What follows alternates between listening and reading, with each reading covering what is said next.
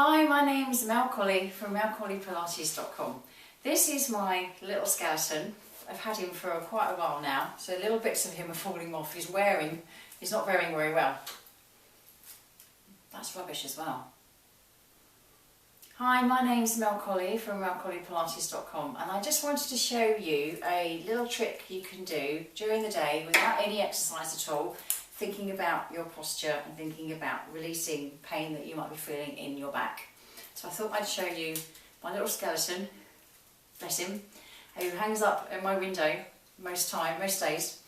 But if you think about this, obviously is your pelvis, and these are called your ilions. They're like your pelvic wings. So your hip bones, the little bony bits at the front of your pelvis, are here. They're also called your anterior superior iliac spine, your ASIS.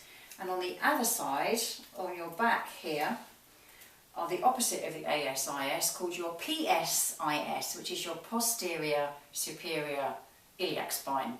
So you've got your anterior and your posterior, okay? So ideally they should be level. So the posterior ones, you've got little dimples at the back here, either side of your sacrum. And on the front are your hip bones. Now obviously, it's quite hard to visualise, and looking in the mirror you're going to see one where you're twisting and you can't quite get it right. So let's think about, sit there for a second, it keeps moving. So think about these being your wings, or think about being like wheels on a car. You want them to be equal, right side and left side.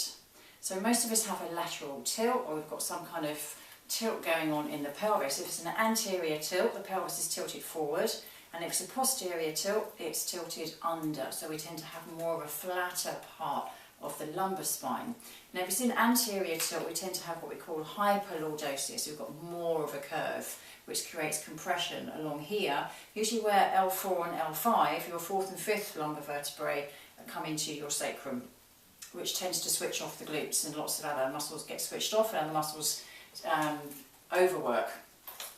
But that's for another blog post. I'm not going to talk about that right now. So I just want you to think about, at the moment, your pelvic wings being equal on your right side and your left side. So as we were saying just now, the analogy of thinking about a car having the wheels on each side, when you go in and have an MOT with your car, sometimes they'll tell you that one of the wheels is slightly more worn on one side than the other. Maybe the tracking's out. So if the car is kind of leaning over to one side more and putting more pressure onto your right side, the driver's side, more than the passenger side, same kind of thing applies to your pelvic bones, the iliac crests and the iliac. So think about those being your wheels on each side. So if your tracking was out on the car, it could be that the right side's heavier, so your right side might be dropped more, so your left side might be higher, in which case the muscles on this side would be shorter and the muscles on this side would be longer because this side would be dropping. So if you think about them trying to get them equal, so you can put the heels of the hands on your hip bones and just move them around and just work from the inside out. Rather than thinking from the outside in, take yourself inside your spine, like you had a little microscope, and you were made really small, and you went inside your body, climbed down your spine and had a good old look around, and you could work from the inside out. Now it will feel like you're twisting. When you're in the right position, it will feel like you're not quite in the right position, if that makes sense, because your right position that you're used to isn't right. So that's kind of like a roundabout way of telling you that you're standing in the incorrect way. It's a bit like when you try and put your feet in the position where you're facing forward. Well, normally people stand like this, they've got duck feet, or they're pronating or supinating. So when we put people in the right position with their feet, it feels like they're pigeon-toed, when, matter of fact, they're actually correct. Same thing applies with the hips. When you feel like you're trying to get your hips correct, it will feel like you're completely out of alignment because you're just not used to being in that position. And the more you practice, the more you will be able to feel that that is the right position for you.